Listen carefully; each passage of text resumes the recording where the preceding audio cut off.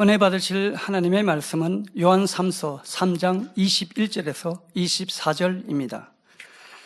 사랑하는 자들아, 만일 우리 마음이 우리를 책망할 것이 없으면 하나님 앞에서 담대함을 얻고 무엇이든지 구하는 바를 그에게 받나니, 이는 우리가 그의 계명들을 지키고 그 앞에서 기뻐하시는 것을 행함이라. 그의 계명은 이것이니 곧 그 아들 예수 그리스도의 이름을 믿고 그가 우리에게 주신 계명대로 서로 사랑할 것이니라. 그의 계명들을 지키는 자는 주 안에 거하고 주는 저 안에 거하시나니, 우리에게 주신 성령으로 말미암아 그가 우리 안에 거하시는 줄을 우리가 아느니라. 아멘. 교역자 회장이신 이미경 목사님께서 자기를 책망할 것이 없는 자라는 제목으로 귀한 말씀 전거해 주시겠습니다. 사랑하는 성도 여러분, 자기를 책망할 것이 없는 자가 되면 하나님 앞에 담대함을 얻고 무엇이든지 구하는 대로 응답을 받게 됩니다.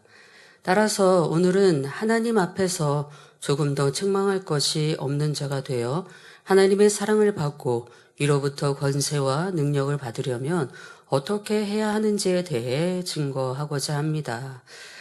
먼저 사람이 인생을 살아가면서 하늘을 우러러 한 점 부끄러움 없는 삶을 산다면 이는 참으로 행복한 일일 것입니다.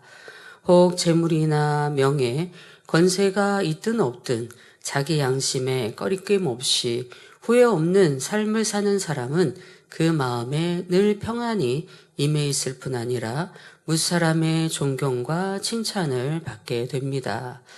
더욱이 주 안에서 우리가 하나님 앞에 부끄러움이 없고 자기를 책망할 것이 없는 사람이 된다면 어떠할까요?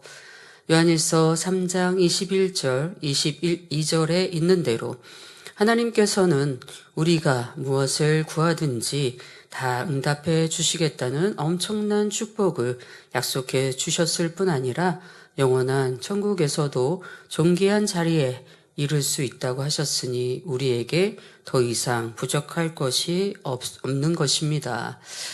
여러분들이 만민의 재단에 오기 전에 여러분의 삶들을 한번 생각해보고 돌아보신다면 우리는 얼마나 축복된 사람인지 너무나 잘 알 수 있습니다. 최근 이제 중국교 우리 성도님들을 가까이서 또 만나면서 대화했던 시간들이 있었는데요. 한 분 한 분들이 만민의 재단에 오게 된 계기, 한국에 와서 또 만민의 재단을 알고 또 신앙생활 했던 그 계기들을 말씀을 또 들으면서 간증들을 들으면서 참 눈물 없이는 못 보는 간증들이고 고백들이구나라는 생각을 해보게 되었습니다.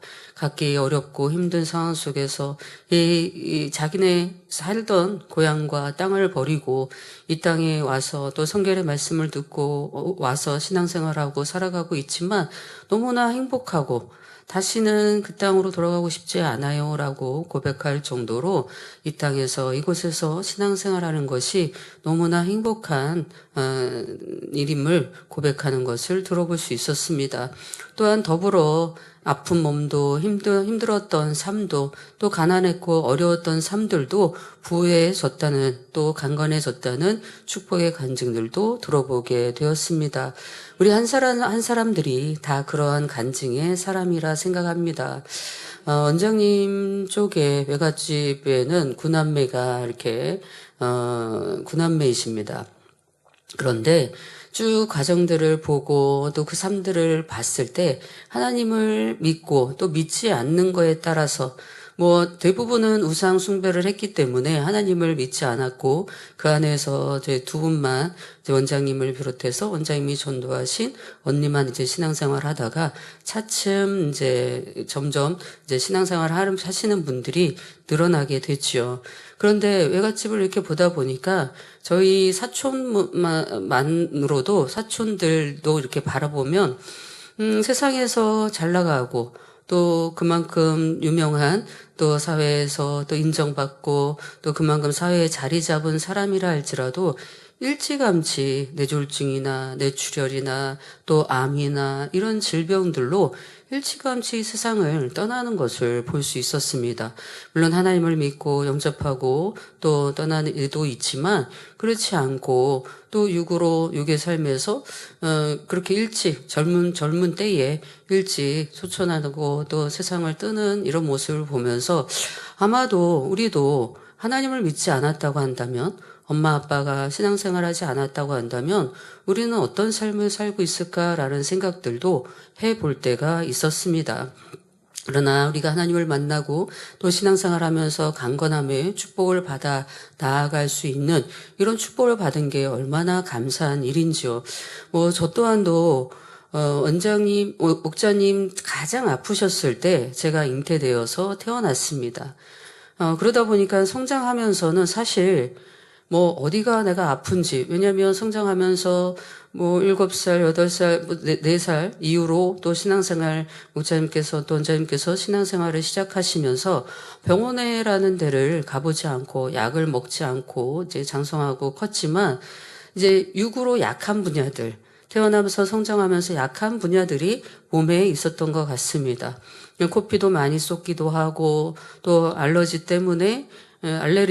때문에 환절기가 되면 항상 재채기에 콧물에 또 재채기 콧물을 흘리다 보니까 또 코가 다 헐어요.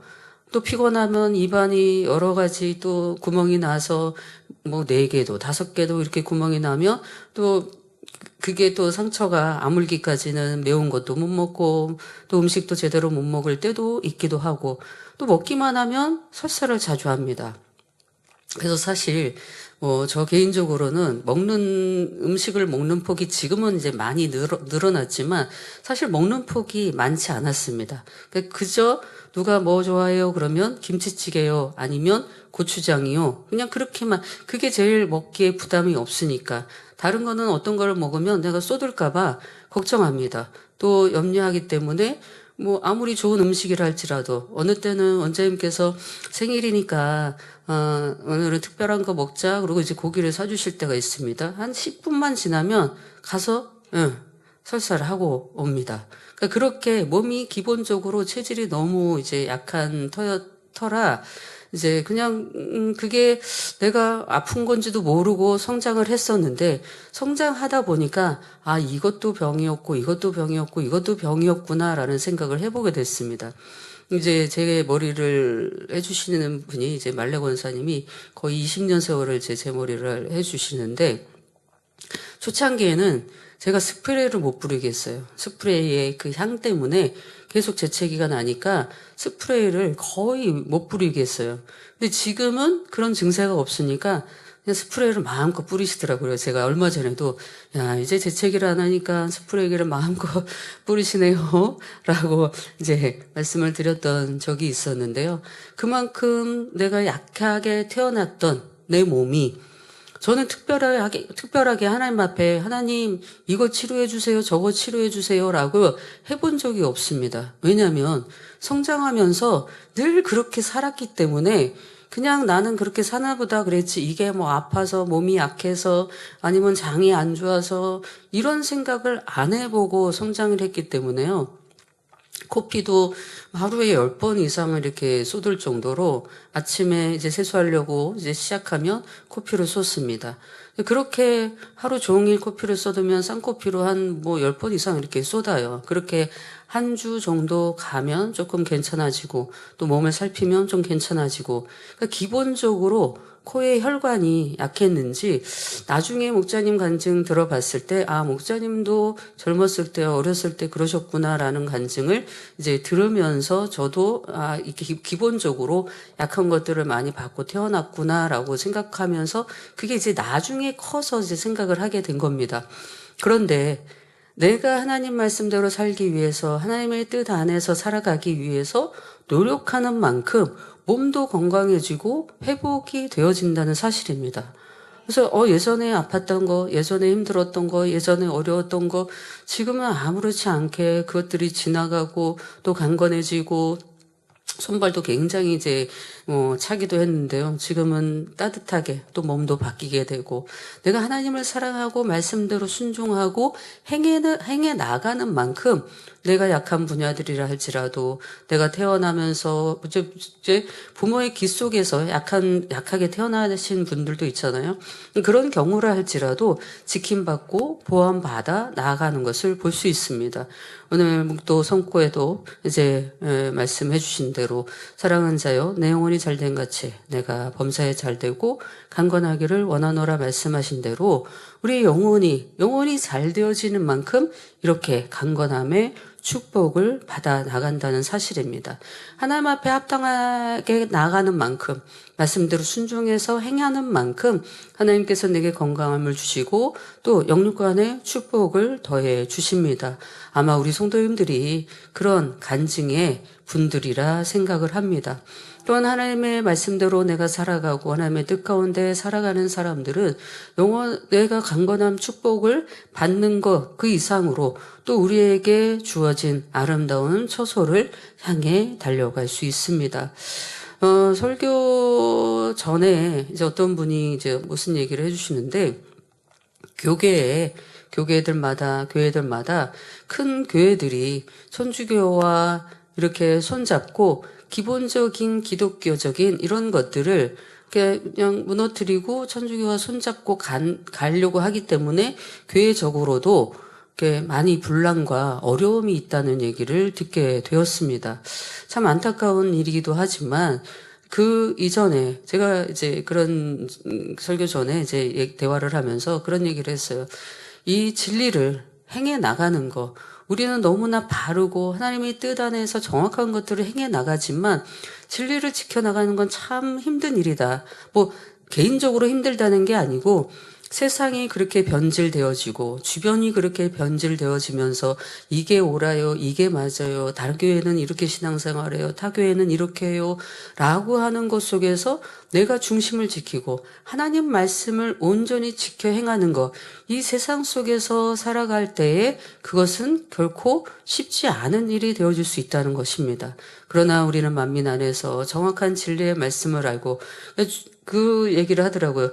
그러니까요, 빨리 이 복음이, 이 GCM 파워프로에서도 빨리 홍보가 되어져야 되고, 다니자님이 증거하신 말씀들도 더 빨리, 더 많이 여러 곳에 마음껏 증거가 되어져야 될 것 같아요 라고 또 얘기를 하시더라고요.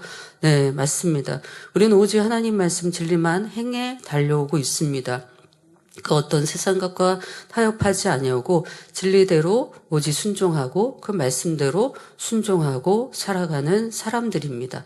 그러하기에 우리에게는 하나님께서 약속해 주신 그 천국을 향해 달려갈 수 있는 것, 내가 이 땅의 것들을 벗어버리고 말씀대로 살아가는 만큼 이 땅에서는 내 마음대로 살 수 있는 자유의지를 주셨습니다.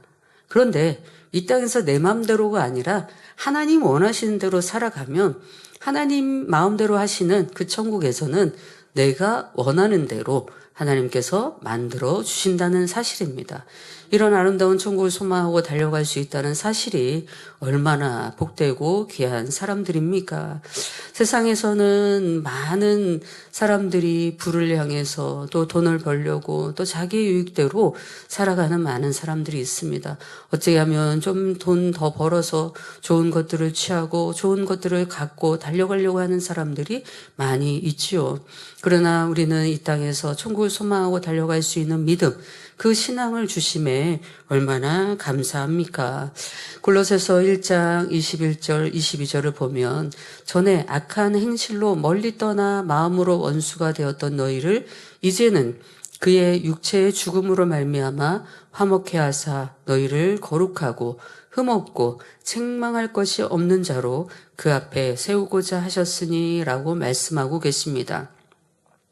예수님께서 우리를 위해서 십자가에 달려 죽으신 이유는 우리를 거룩하고 흠없고 책망할 것이 없는 자로 세우시기 위함입니다. 하나님의 일꾼이요 직분자라면 마땅히 스스로를 돌아봐와 부끄러움이 없는 온전한 사람이 되어야 한다는 것이지요. 우리는 어떤 마음으로 어떤 신앙생활을 하고 달려가고 있는지 살펴보아야 할 것입니다. 우리가 진리에 속하여 열심히 산다 할지라도 하나님의 말씀을 듣다 보면 진리에 위배된 자신의 모습을 종종 발견하게 됩니다. 하물며 전지전능하신 하나님 앞에서는 어떠할까요? 우리의 머리털까지 세신 바 되었으니 하나님께서는 우리의 마음 깊은 것까지라도 다 아시는 것이지요. 따라서 우리 마음에 자신을 책망할 일이 있으면 하나님께서 보실 때는 더욱 많다는 것을 깨달아 스스로 자기를 책망할 것이 없는 사람이 되도록 힘써야 합니다. 늘 말씀을 통해 어떤 분이 어제도 잠깐 말씀을 드렸지만 철야 들어오기 전에 요즘에 궁구하는 삶을 사니까 너무 행복합니다라고 말씀을 하시더라고요. 근데 그분이 이제 전에 듣기도 그렇고 그분 가까이 이렇게 있다 보면은 늘 불평불만, 이게 힘들어요, 저게 힘들어요, 왜 이 사람은 이렇게 해요, 저 사람은 저렇게 해요, 그런 말씀들을 참 많이 하셨던 분이었는데 타이자의 말씀을 들으면서 그 말씀의 권세로 그 마음이 깨지기 시작하면서 와, 내가 이렇게 불평불만을 많이 했나? 내가 이렇게 저 사람을 보면 저것을 보면 내 생각과 맞지 않고 내 기준과 맞지 않으면 이렇게 불평하고 저렇게 불평하고 했던 사람인가? 너무너무 자신을 돌아보며 내가 이런 사람이었구나라고 깨우쳤다는 것입니다.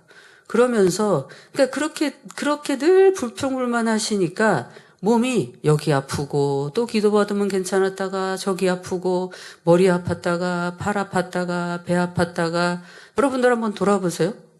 뭐 뒤돌아보시라는 게 아니고 돌아보셔서 스스로를 한번 돌아보세요. 나는 여기 아팠는데 기도받으니까 치료받았어요. 괜찮아졌어요. 그럼 다음에는 다리가 아파요. 그리고 좀 지나니까 머리가 아파요. 좀 지나니까 돌아가면서 아픕니다. 왜 그럴까요? 그 근본의 악들을 빼버리지 않았기 때문입니다.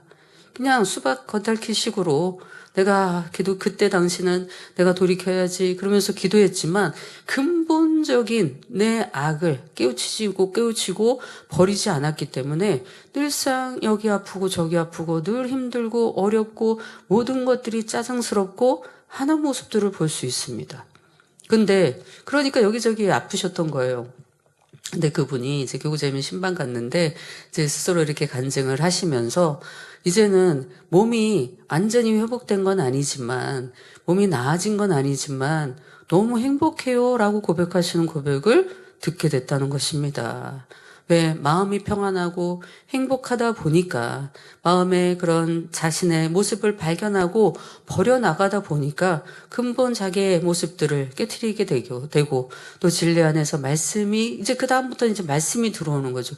육적인 입술의 고백이 부정적이지 아니하고 또 긍정적이고 또 아버지를 사랑하는 믿음의 고백으로 이루어야 더 깊은 말씀이 내 안에 깨우쳐지는데 늘 하나님 말씀은 듣고 있지만 삶에서 불평불만해요, 힘들다 해요, 판단해요, 정죄하고 있으면 어찌 나를 발견할 수 있습니까? 근데 그분이 말씀을 통하여서 자기를 깨우치고 스스로의 모습을 볼 수 있는 그 은혜를 더하셔서 이제는 몸이 온전히 괜찮아지진 않았지만 이제는 내 마음이 너무 행복해요 라고 말씀을 하시는 것을 들어보게 되었습니다. 그렇습니다. 우리 자신들을 바라봐야 됩니다. 진리 안에서 내 모습은 어떠한지, 내 모양은 어떠한지, 내 입술의 말은 어떠한지, 내 행함은 어떠한지 늘 돌아보고 그리하여서 하나님 앞에 온전하심을 입어나가기 위해서 힘써 애써 달려가야 할 것입니다.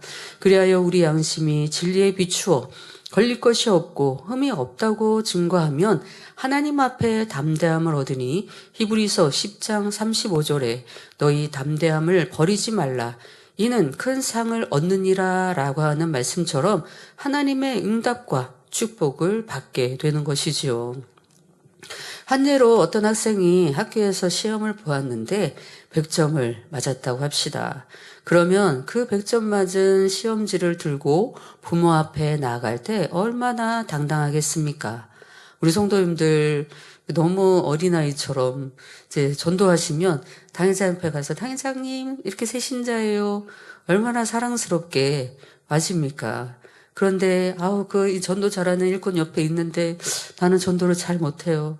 그러면 때로는 민망한 모습으로, 죄송한 모습으로 이런 모습이 되어질 때도 이제 여러분들 생각해 보시면 더 이제 그 의미를 아시겠지만 이렇게 내가 당당하면 내 부모에게 당당하고 내가 항상 100점을 못 맞았는데 오늘은 이번 시험은 100점을 탁 맞아갖고 부모님께 딱 갖다 드립니다. 그럼 얼마나 어깨에 힘이 들어가고 뿌듯하겠습니까? 이럴 때는 우리가 어떻게 합니까? 평소에 부탁하지 못했던 것이라도 그때만큼은 부모님께 담대하게 구할 수 있는 것입니다. 또한 부모 역시 자녀가 너무 사랑스러워 어려운 부탁이라도 기꺼이 들어주고자 하는 마음이 간절하겠지요.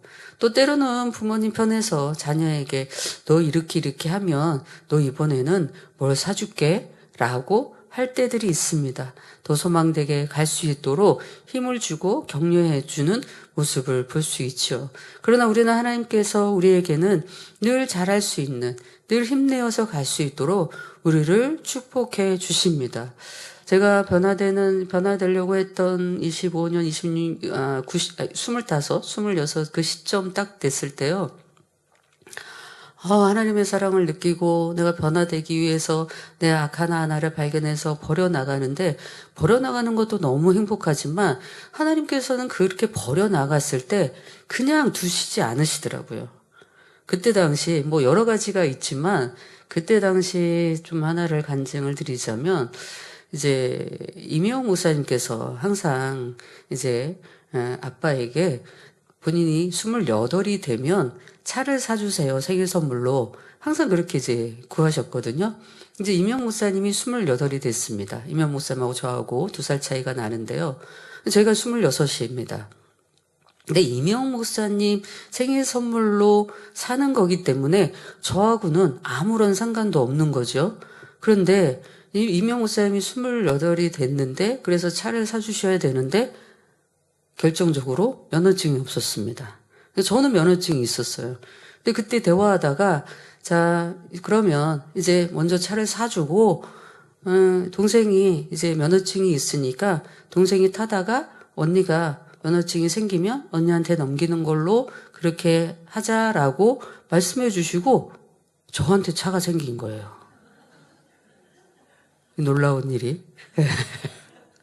그런데 목사님께서 타고 다니는 거를 이제 면허증 생겼으니까 주라고 또 하시지는 않으셨고, 또 이제 이명 목사님이 면허증이 딱 생기고 나시니까 이제 신방용으로 또 탈 수 있게 차를 이렇게 사주셨습니다. 저는 전혀 생각도 안 했는데, 저한테 그때 차가 그렇게 생겼어요. 25세 제가 면허증을 땄는데, 26세 차가 생겼습니다. 또 하나는 원장님께 누군가 그때 당시 예전에는 이제 큰 휴대폰, 예전에는 이제 일명 냉장고 휴대폰이라고 큰 휴대폰이 있을 때였습니다. 근데 삼성에서 작은 휴대폰이 나왔어요. 그때 당시 가격이 꽤 됐었는데 그걸 누군가가 원장님께 선물을 하신 거예요. 선물을. 원장님께서 그러시는 거예요. 내가 이거 핸드폰 뭘 필요하냐? 너 기계 좋아하니까 너 가져라. 그러시는 거예요. 차도 생기죠. 그 비싼 핸드폰도 생기죠. 그리고 또 이제 목자님 따라서 저희는 방송실에서 근무를 했기 때문에 목자님 따라서 해외 성에 이제 촬영차 나갔을 때였습니다. 근데 이제 하와이 출장이 있었는데 그때 당시는 비자가 굉장히 까다로웠거든요. 근데 그때 당시 교회에 그 사대보험에 들어가 있지 않기 때문에 세금을 내지 않은 상황이었어서 무직이었어요. 결혼도 안 했어요. 결혼도 안 하고 무직이면 그렇게 미국을 가면 절대 웬만해서는 들어올 수 있도록 비자를 내어주지 않습니다. 근데 그때 당시 제가 처음으로 기간장을 하면서 회원이 폐병으로 좀 아픈 상황이어서 회원을 위해서 3일 금식하고 기도하고 그렇게 했었는데 비자가 그때 당시 5년짜리가 너무나 쉽게 나온 거예요.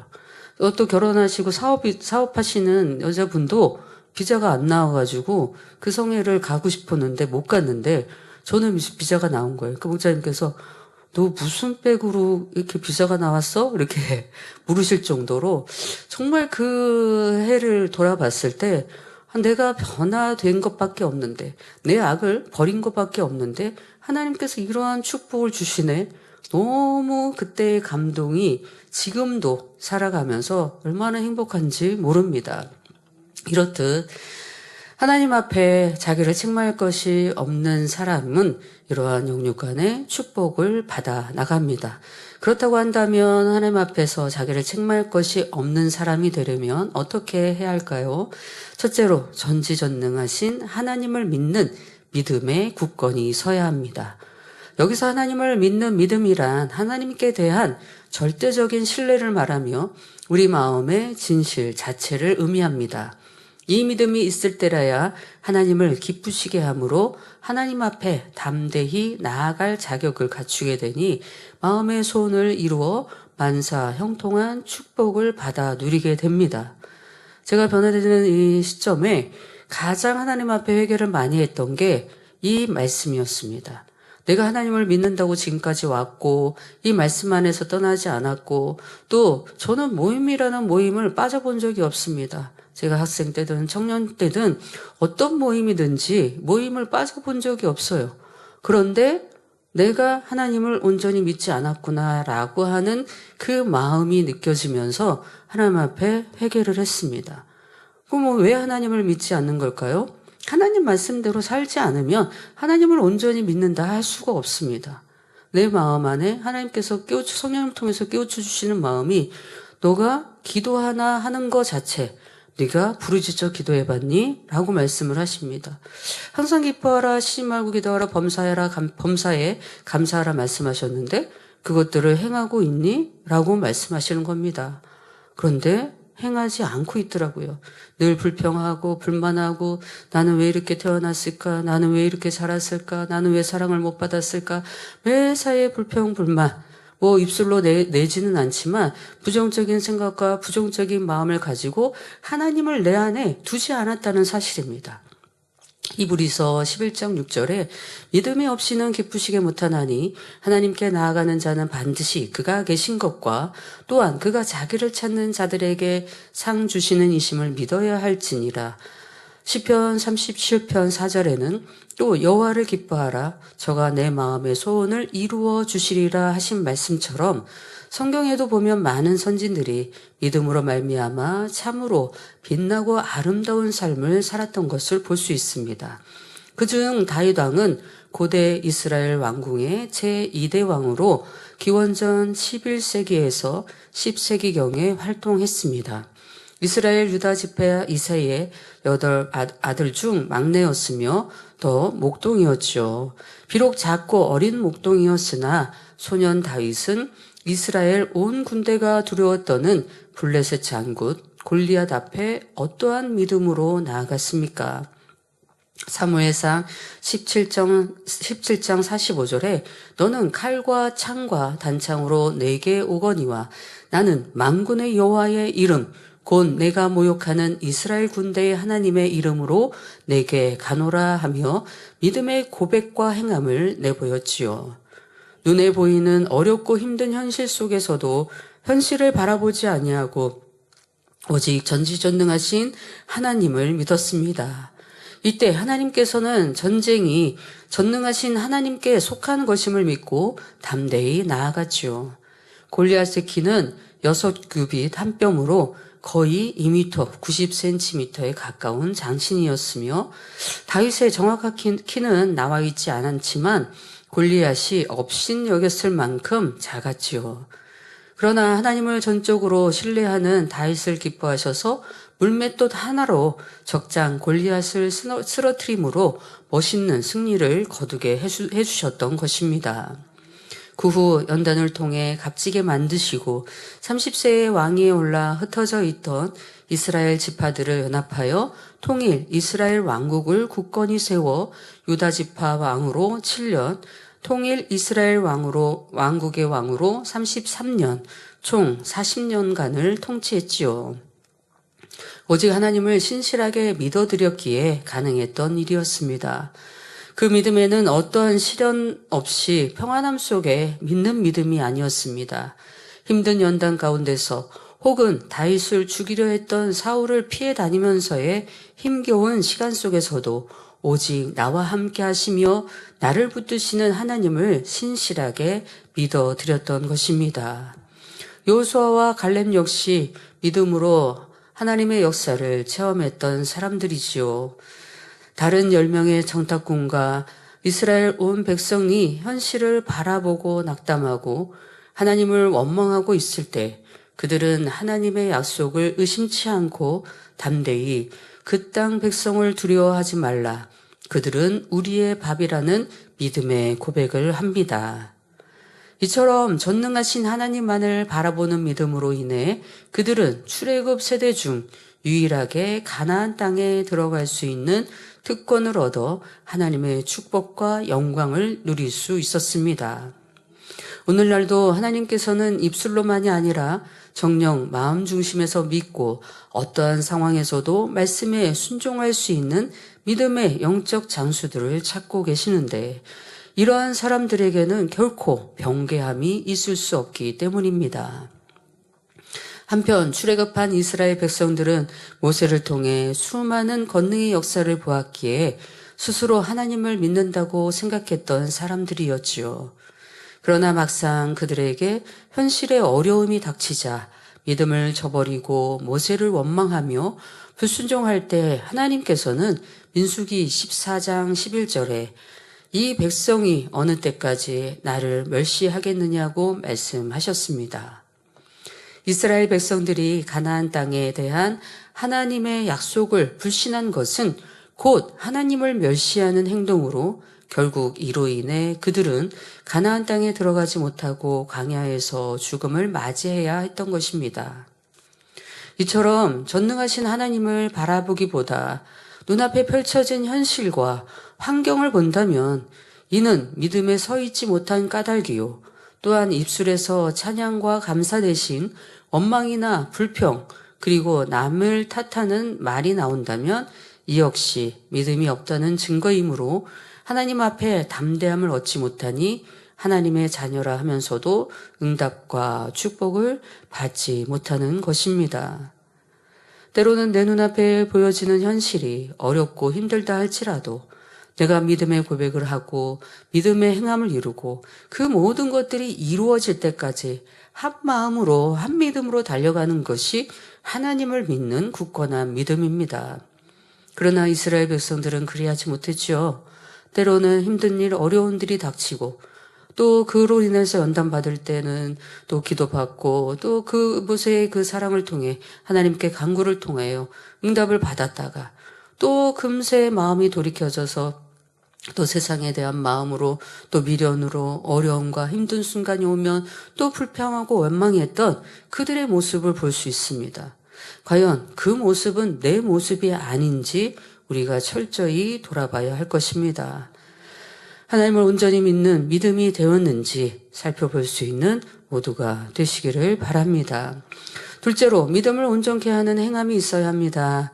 야고보서 2장 14절에 만일 사람이 믿음이 있노라 하고 행함이 없으면 무슨 이익이 있으리요. 그 믿음이 능히 자기를 구원하겠느냐라고 말씀하셨듯이 행함이 없는 믿음은 구원받지 못한다는 것을 분명히 말씀하고 있습니다. 야고보서 2장 22절을 보면 내가 보거니와 믿음이 그와 그의 행함과 함께 일하고 행함으로 믿음이 온전케 되었느니라 라고 말씀하셨습니다. 곧 믿음에는 행함이 동반되어야 하며 그럴 때라야 믿음이 온전케 되어 구원에 이르게 된다고 행함의 중요성에 대해 말씀하고 있는 것입니다. 내가 사랑을 이루고자 한다면 어찌해야 됩니까? 사랑을 이루기 위해 내가 상대에게 줘야 합니다. 베풀어야 합니다. 원장님께서도 늘 예전에 다니엘 철회 때 말씀하셨듯이 미운 사람에게 뭐라도 하나 더 주고 내가 갖고자 하는 것은 또 내어주고 또 내어주면서 그 미움을 버리기 위해 애썼노라 말씀하셨지요. 행함이 없이 그냥 기도만 하고 있습니다.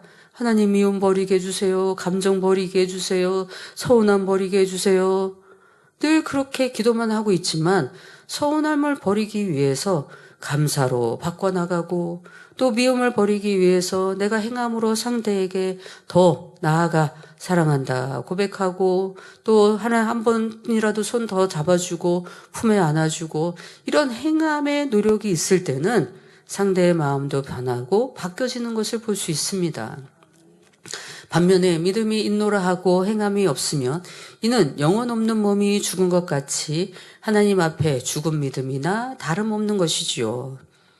이와 같이 행함이 없는 믿음으로 예수님의 책망을 받았던 사람들로는 예수님 당시에 서기관과 바리새인들을 들 수 있습니다.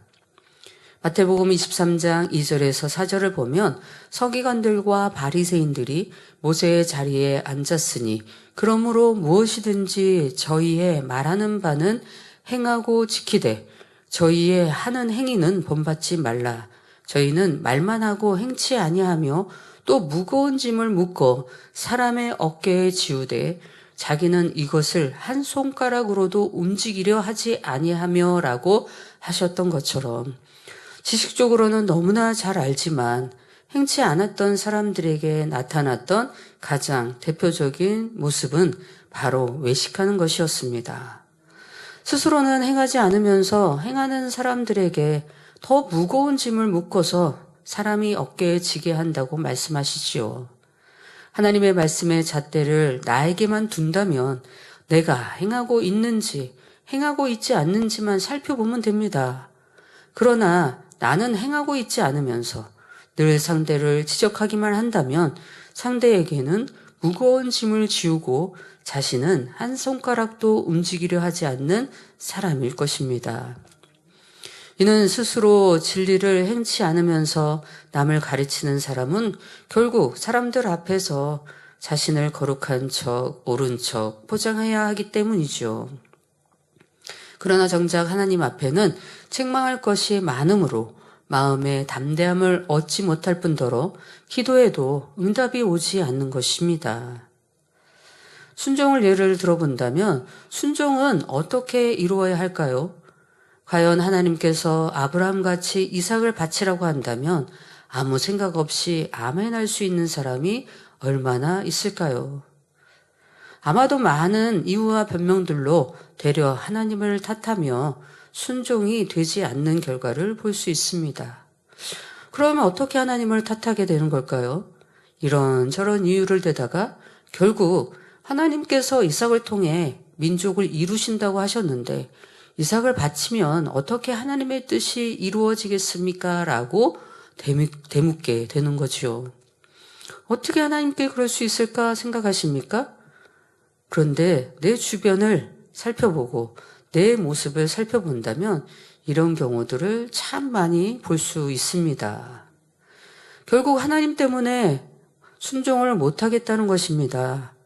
온전한 아멘과 순종이 나오지 않습니다. 쉽게 작은 삶에서 한번 생각해 보겠습니다.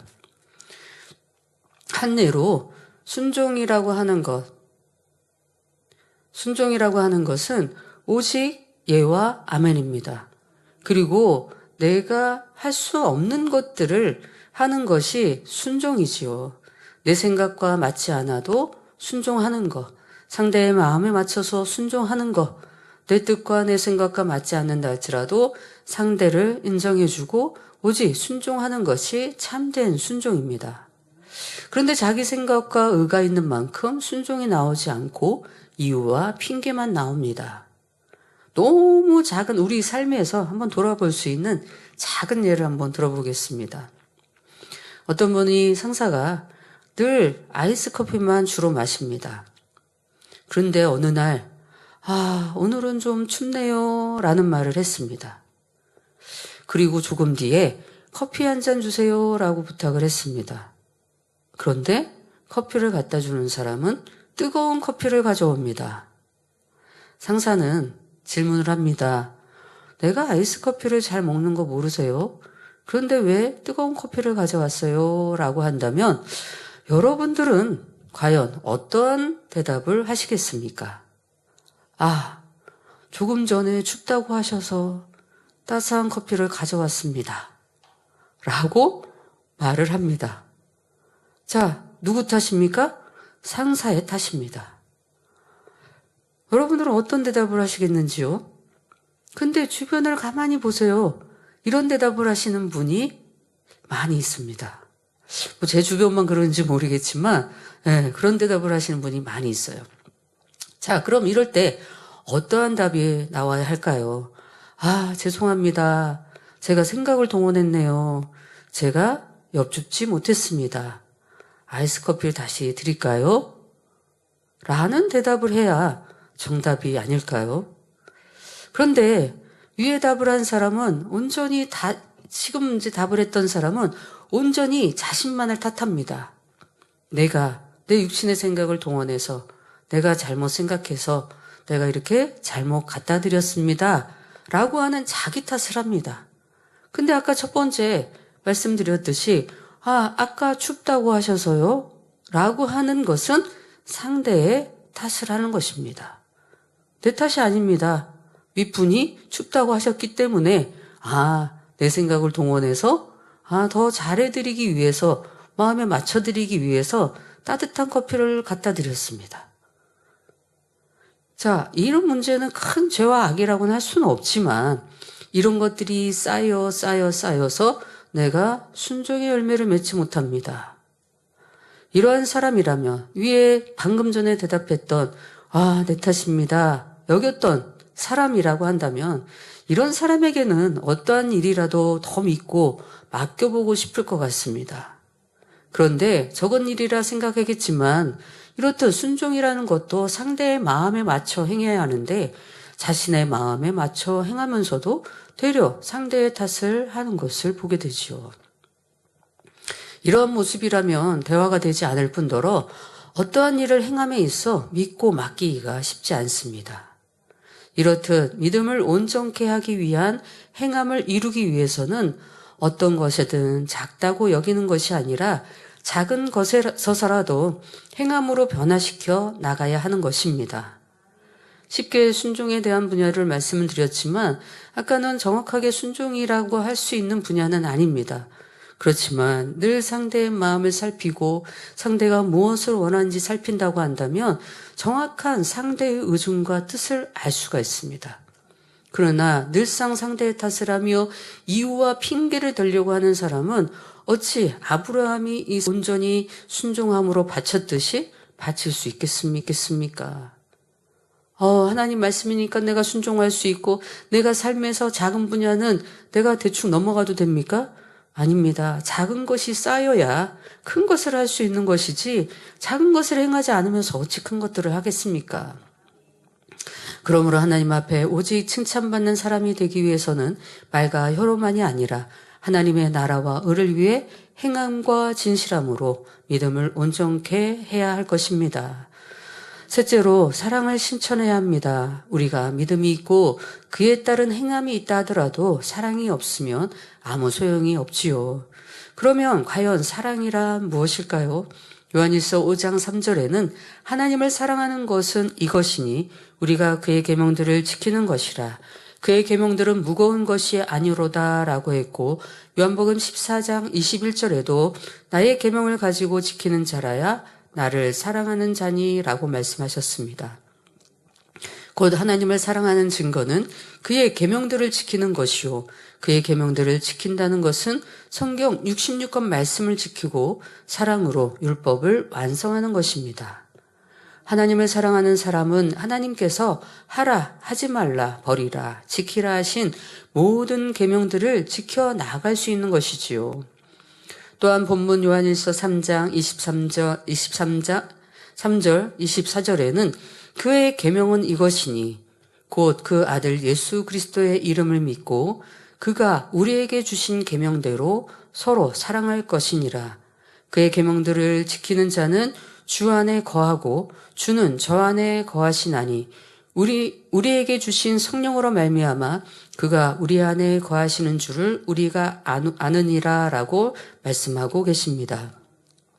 예수님께서도 자기 목숨을 버리기까지 우리를 사랑하신 것처럼 우리도 행함과 진실함으로 서로 사랑하는 것이 하나님의 계명을 지키는 것이요.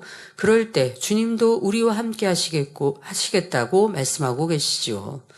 그러면 우리에게 산을 옮길 만한 큰 믿음이 있고 행함이 있고 또 자기 몸을 부사르게 내어줄 만한 헌신이 있다 할지라도 사랑이 없으면 아무것도 아니라 하신 이유는 무엇일까요?